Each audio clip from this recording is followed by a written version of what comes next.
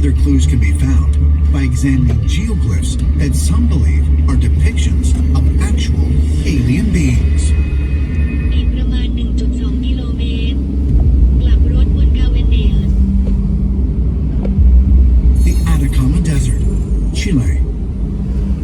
Located on the western side of a hill called Cerro Unitas, is an enormous geoglyph of a human-like figure known as the Atacama Giant.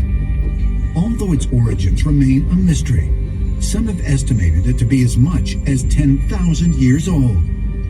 The Atacama Giant is one of about 500 petroglyphs in the Atacama Desert that span a huge area, about 15,000 square kilometers, produced over about a millennium of time, and linking cultures from the Incas all the way up to the early Christianization of South America.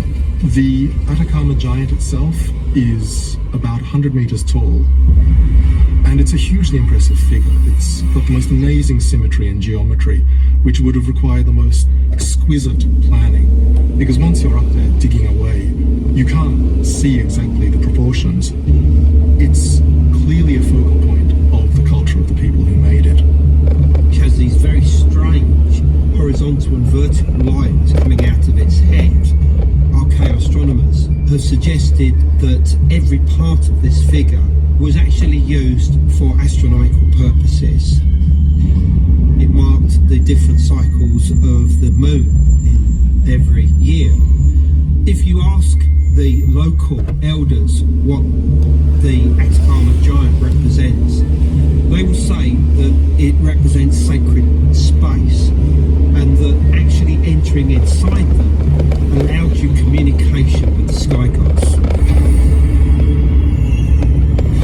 Given that these geoglyphs have multiple layers of meaning and much knowledge encoded with them, we have to ask if maybe it's also a device to tell the locals when the extraterrestrials would return. Although the Atacama Giant is extraordinary, it is by no means unique, as similar geoglyphs can be found in many parts of the world.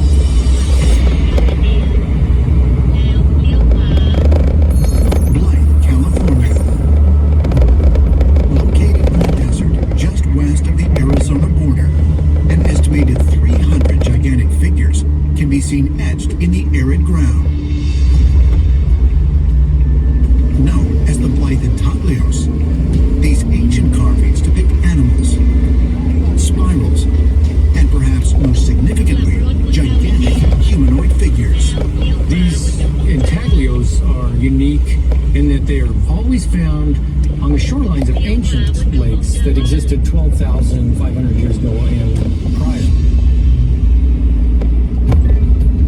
In April 2018, author and ancient astronaut researcher David Childress traveled to Blythe to meet with Alfredo Figueroa, an elder of the local Chihuahua tribe. He is also known to many in the region as the guardian of the glyphs. David was eager to see firsthand whether the legends surrounding these unique geoglyphs could be true. They can only be seen from the air, really. Well, they can be seen from the ground, but you can see it from chat. If you're walking on it, you really don't know what you're walking about. Exactly, yeah. Like take a own fucking swing time, I don't know. You got a drone? Yes. Yeah, let me get that drone out. Okay, let me get it. Who built this and why? The original tribe children, the Aztecas. The Aztecs. Right, okay. Here we go.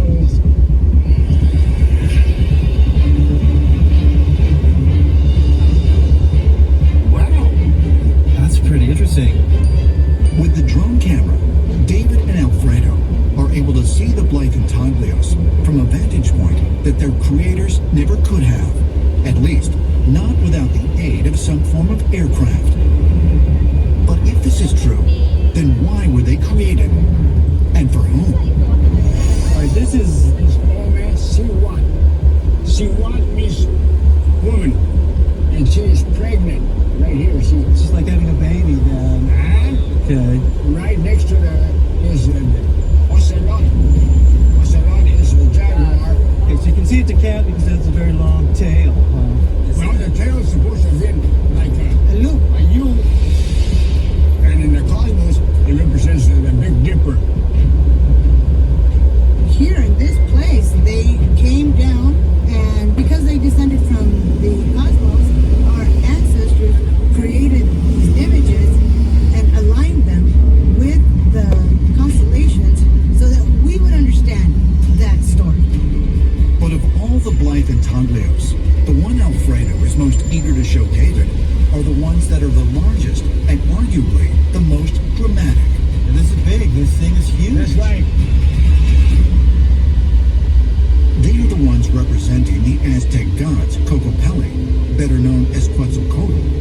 NCC meet the Aztec star god. Which glyph is this one? What we're seeing here is Ogopili, and he represents Quetzalcoatl, the Aztec god of Quetzalcoatl. So this one is Sesame. His face there, you see his nose. I mean, he's not like a normal person, is he? No, just like a ET. He looks like an extraterrestrial. Yeah. An extraterrestrial? Is it possible that these incredible geoglyphs represent not just mythological gods, but actual alien beings whose arrival on Earth was caused by the Azteca people? Ancient astronaut theorists say yes, and Alfredo Figueroa is convinced that it was here, the location of the Aztecs' legendary home of Aslan, where extraterrestrial visitors came down from the sky. Aslan is very important. Aztec mythology. It was a place where the gods came down to give them the information and prophecies that the Aztecs had.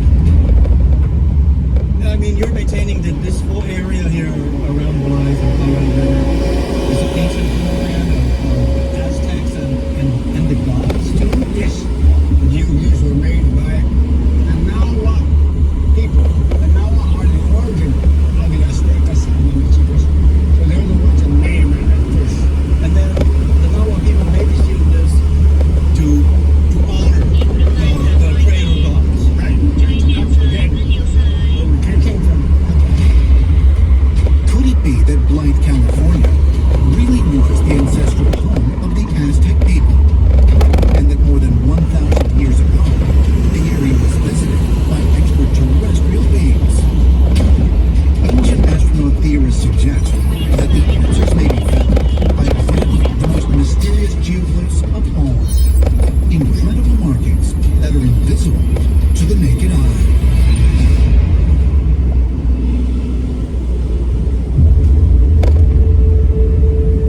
Palpa, Peru, December 2017. Researchers use state-of-the-art drones to photograph the famous Nazca lines with high-resolution cameras.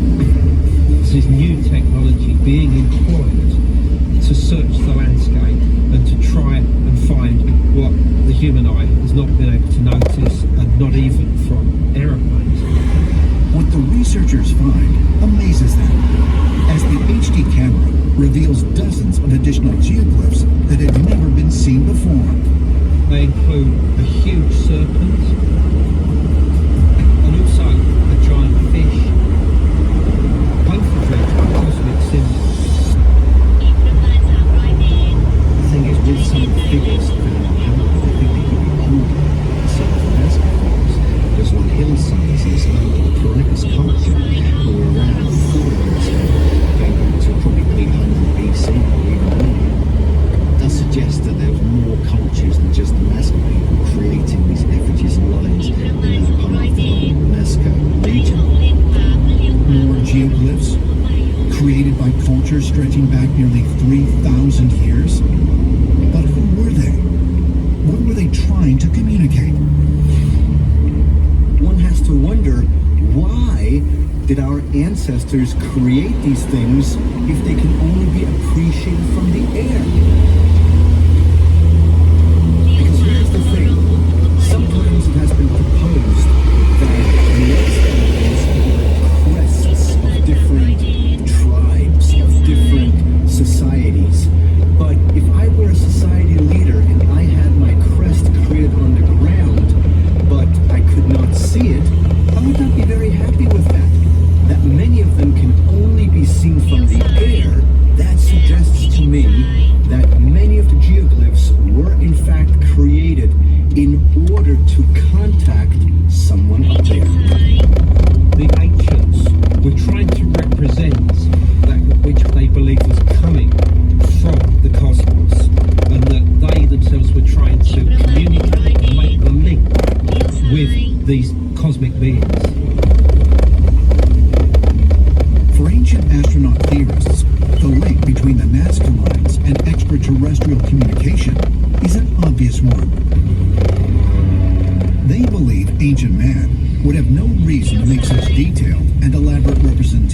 of life on Earth, unless they were trying to communicate with someone. They also cite recent images recorded on Mars as evidence which supports their claims. Certainly, the photographs that have been taken by the Mars orbiters and the landers, and the rovers, would suggest there are actually มาถึง geoglyphs จุดหมาย on ปลายทาง Mars. แล้ว These geoglyphic formations are structural, like we see with the American Indians, the mound builders, those type of formations. We're also finding pictographic images like the face on Mars, which have facial features. We have wonderful pictures of the surface of Mars, and definitely on the surface of Mars we have some stone circles. Now nature does not create stone circle. Nature could make one stone circle, but not 3 or 4 put together. Of particular interest to researchers is a recently discovered geological anomaly that strongly resembles a species of bird. In 2002, a member of the Cydonia Institute discovered a parrot formation in the RG Basin area of Mars. After 2 geologists and 3 veterinarians, including an avian specialist, examined the formation, they confirmed that the parrot formation had over 17 points of anatomical brightness, all adhering to the proper shape, size, and orientation to a real parrot. The same motif can be seen on a copper plate produced by the Hopewell Indians that features the same type of parrot formation with a raised wing. Could the mysterious parrot-shaped formation on the surface of Mars really offer a link to the thousands of geoglyphs found here on Earth? And if so, does it offer evidence that extraterrestrials have been using them as a form of communication with humans for thousands of years? Ancient astronaut theorists say yes, and believe that the various geoglyphic depictions of animals, humans, and birds may not have been intended as mere artwork, but as a form of language, whose message for mankind has yet to be decoded.